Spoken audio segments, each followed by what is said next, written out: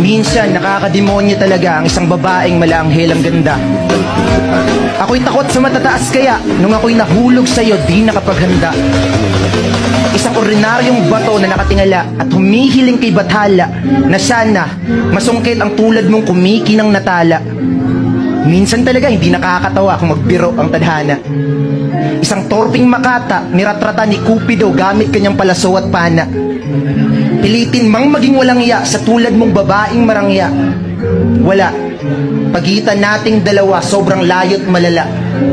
Kahit gaano pa ako kabihasa tumula, tumahe at tumugma ng mga salita, ay walang kwenta kung estado ng buhay nating dalawa ay sadyang magkaiba. Kaya, ikaw yung babaeng habang buhay ko na lamang papangarapin. Isa kang pantasya. Kasi kahit pilitin sabihin laman ng aking damdamin, wala talagang tsansa.